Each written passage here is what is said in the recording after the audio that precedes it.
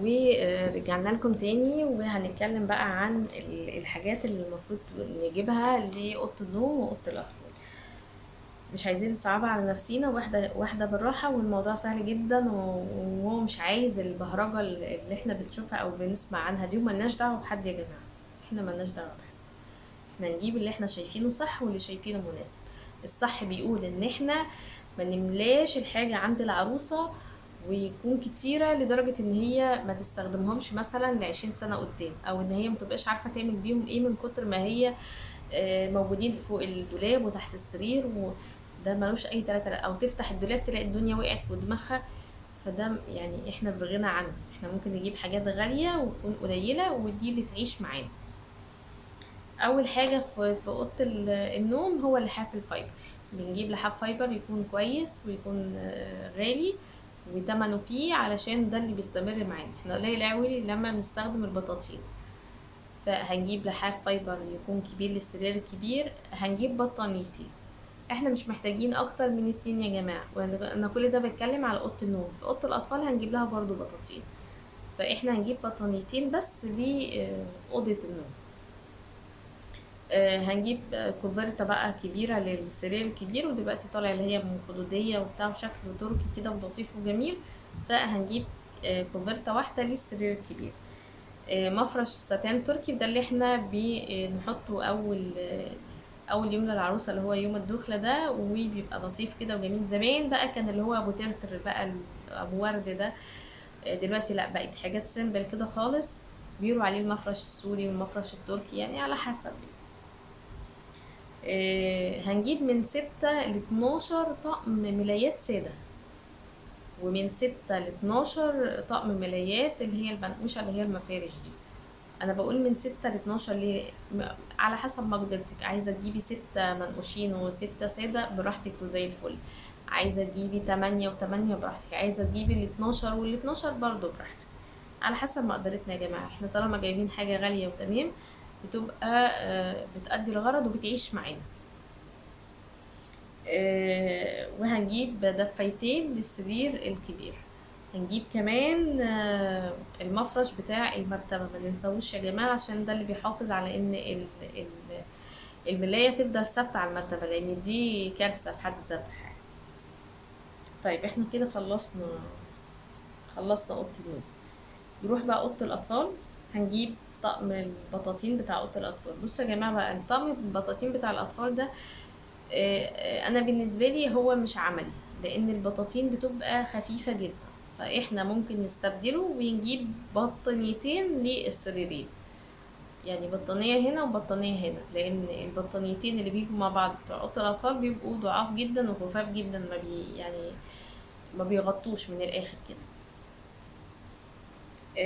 طقم الكوفرتا واي حاجه احنا هنقولها اطقم بتبقى جايه 2. فنجيب طقم الكوفرتا بتاعت الاطفال للسرير ده وللسرير ده. المفرش الستان برضو بيبقى فيه للأطفال، بيبقوا جايين 2 مع بعض. من 6 ل12 طقم لسرير أطفال. يعني انت بقى معاكي يا تجيبي 6 أطقم، وال6 أطقم دي يعني 12 ملاية، لأن الطقم بيبقى ملايتين. معاكي بقى لحد 12 طقم. 12 فوطة أطفال، و يعني ممكن يعني ما نزودش عن كده، يعني احنا ممكن ما نزودش عن كده. احنا ما اتكلمناش عن الفوط بتاعت اوضه النوم، بس عشان نرجع لها تاني معلش. معاكي ان انت تجيبي 12 فوطه قطيفه و12 فوطه قطن. ما نزودش عن كده يا جماعه، لان اكتر من كده بيبقى استهبال، والدولاب كله بيبقى كله فوط وملايات، يعني بيبقى ملوش اي 3 لازمه يعني. ونجيب نرجع تاني بقى لأوضة الأطفال. 12 فوطة، ونجيب 4 دفايات للسرير بتاع الأطفال، ونجيب لهم الحافظة برضو بتاعة المراتب نفسها. هنجيب بقى كمان اللي هو البورنوس بتاع الحمام ده، بيبقى جاي طقم كده كبير، بورنوس حمام حريمي والرجالي، بيبقوا الاتنين مع بعض. ما ننساش طبعا نجيب مفارش للدولاب، عشان ما ينفعش نحط الهدوم على الخشب. مفارش للنيش، مفارش للترابيزات. كده احنا خلصنا المفروشات بتاعة الاوض. الموضوع مش صعب، الموضوع مش محتاج بقى ان احنا نجيب حاجات كتير ملهاش اي تلاتة لازمة. وزي ما قلت لكم يا جماعة، والله الحاجات دي بتعمل نكد في البيت. البيت طول ما هو دوشة بيعمل حالة من الضغط النفسي والعصبي، وده اللي بيقوله علم الطاقة. وعلم الطاقة ده علم يعني بيدرس وبيقول كلام جميل الصراحة يعني بجد. والدليل على كده ان احنا لما بنبقى قاعدين في مكان مش نظيف او مش متروق تبقى اعصابنا مشدودة. فتدخلوا عروسة كل حاجة حواليها زحمة ليه؟ يعني مش فاهمة الصراحة. نروح بقى لملابس العروسة. العروسة بتبقى محتاجة طبعا القمصان، قمصان قصيرة والقمصان بالرب. من موقع هذا بقولك ما تزوديش في حوار القمصان، لان هو الموضوع مش عملي قوي. هو بيبقى اول شهر، اول سنة جواز، بعد كده حضرتك بتحملي، بعد كده بيبقى عندك اطفال، بيبقى الموضوع مش محتاج اصلا بعد كده خلاص. يعني ان احنا بالنسبة لنا ما بيبقوش عمليين. العملي ايه؟ هو اللي هي القطم، اللي هي الشورتات بالباديهات دي اكتر حاجة عملية هتستخدميها بعد كده. نجيب طبعا البيجامات الصيفي، ونجيب جلاليب صيفي. ويا جماعة لما نيجي نجيب الجلاليب الصيفي نجيبها بكم، لان انت اوريدي مش هتقعدي في البيت بجلابية صيفي، هتقعدي بطقم بنطلون شورت بادي مش عارف ايه. فالجلاليب هنستخدمها لما يجي حد. فطبعا لو انت محجبة هتضطري ان انت تلبسي جلابية بكم، فنراعي ده واحنا بنشتري. طبعا ما ننساش عبايات الاستقبال، وده اللي العروسة بتستقبل بيه الناس طبعا اول شهر او اول اسبوع جواز على حسب. فما ننساش نجيب كام عباية كده يكونوا لطاف وشيك وسيمبل كده. زمان كان بقى برضو الفوشيا والبنفسج والورد لا لا، احنا كان الورد مكمل معانا كتير قوي الصراحة. البيجامات الشتوي دي اكتر حاجة انت هتجيبيها، اللي هي الدباديب بقى والحاجات ديت والارنوب. الكلام ده ده لطيف جدا طبعا. الجلاليب القطيفة طبعا هتقولي لي مش هلبسها. لا حضرتك هاتيهم وسيبيهم في الدولاب، وانا جايلك من المستقبل بقولك هتلبسيهم غصب عنك. اسمعي كلام ماما وهاتيهم، هتستخدميهم. يعني دي اكتر حاجه بعد كده هتقعدي بيها. طبعا ما ننساش بقى نجيب البانتي، ويكون متعدد الالوان والاشكال، ويكون قطن عشان يكون مريح. ما ننساش نجيب حمالات الصدر. ما ننساش نجيب لبس الخروج، ونجيب منه بكميات لان احنا في الاول بنخرج كتير. طبعا نجيب باديهات وشورتات، ونجيب شنط للخروج، نجيب أحذية للخروج والشرابات، الطرح، الشباشب بقى للبيت وللخروج. وفي بقى حاجة بقى في الآخر يا جماعة، اللي هي إصدار الصلاة لازم يكون عندنا موجود، والمصلية. يعني لازم يبقى عندنا الإسدال والمصلية.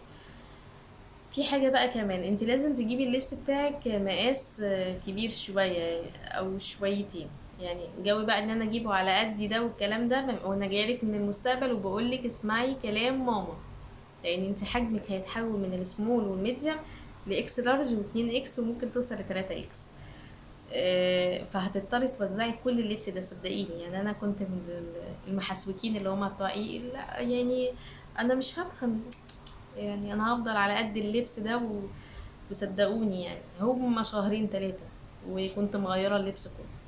فعشان ما تغلطيش نفس الغلط وانا بجيلك من المستقبل وبقولك، يعني افتكري ان انا بجيلك من المستقبل، هاتي اللبس يكون كبير شوية. هنروح بقى لادوات التجميل اللي المفروض العروسه تجيبه. طبعا المفروض العروسه تبقى شايله اكسسوارات للقطقم وكده، التوك، البنس، الدبابيس، مشط وفرشة للشعر. وتجيبي ليكي وللعريس، لان تقريبا العريس بيبقى اخر فلوس في جيبه اللي بيبقى مديهالك عشان تروحي الكوافير. فيعني ايه، ما نستخسرش ونجيب فرش ومشطة للبيت كله يعني. مزيل المكياج والمكياج نفسه. ويا جماعة المكياج نجيب الحاجات الغالية الجميلة اللطيفة على البشرة عشان احنا مكملين فيها، ما نسترخص. زمان كانوا بيجيبوا اللي هي العلبة بتاعة المكياج اللي بتتفتح وردة دي كبيرة كده، ولازم تبقى موجودة على كل تسريحة في البيوت. دلوقتي طبعا ما بقيناش نستخدم الحاجات دي، فنجيب الحاجات الغالية الجميلة اللي نحطها على بشرتنا.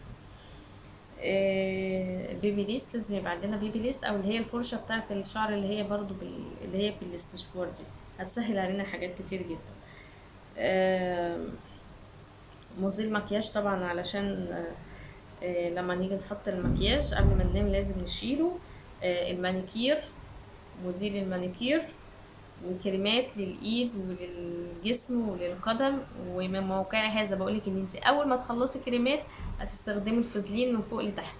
يعني احنا بس خلينا مكملين بالكريمات الاول، واول ما هتخلص انت منك لنفسك هتعرفي انت هتعملي ايه. سيرم طبعا للشعر، مزيلات للعرق، البرفيوم تجيبي ليكي وللعريس، يعني ممكن دي يعني ايه تجيبي له ازازتين ده ذوقيا يعني. مكنة ازالة الشعر اللي هي البراون دي وهنحتاجها. واتعلمي ازاي تشتغلي بيها، عشان دي هتوفر عليكي وقت طويل جدا وهتبقى لطيفة جدا على فكرة. غسول النسائي للمناطق الحساسة ده طبعا لازم يكون موجود برضو عندنا في الصيدلية بتاعة الحمام. شامبو للشعر والبلسم، وبرضو من موقعي هذا بقولك ان انت بعد ما تخلص الحاجات دي هي صابونة هتجيبيها من تحت لفوق. فيا جماعة بس احنا العرايس اللي في الاول دول بقى جو بقى الحاجات اللي كل حاجة ليها حاجة دي. لما تبقي ماما او لما تقدمي شوية حضرتك وتمسكي المصروف كده هتعرفي معنى اللي انا بقوله كده. شاور للجسم. طبعا احنا مكملين، احنا كل ده بنتكلم على قبل. بعد دي بقى خلاص. معطرات للتويلت، ومعطرات للشقة عموما، والقصافات، وعلبة نحط فيها المكياج والاكسسوارات بتاعتنا. كده احنا خلصنا الحاجات اللي العروسة المفروض هتجيبها في اوضة النوم واوضة الاطفال وليها هي شخصيا. برضو لو انتي عندك حاجات افتكرتيها غير اللي انا قلتها هاتيها معاكي، في حاجات انتي مش عايزة تعمليها ما تعملهاش. وخلينا برضو مكملين مع بعض، لسه هنتكلم بقى عن الخزينة اللي المفروض العروسة هتجيبه. فخليكم زي ما انتم، ما تروحوش في اي حتة، وانا مش رايحة في اي حتة، انا بس هدوس على الزرار وارجع لكم تاني، استنوا.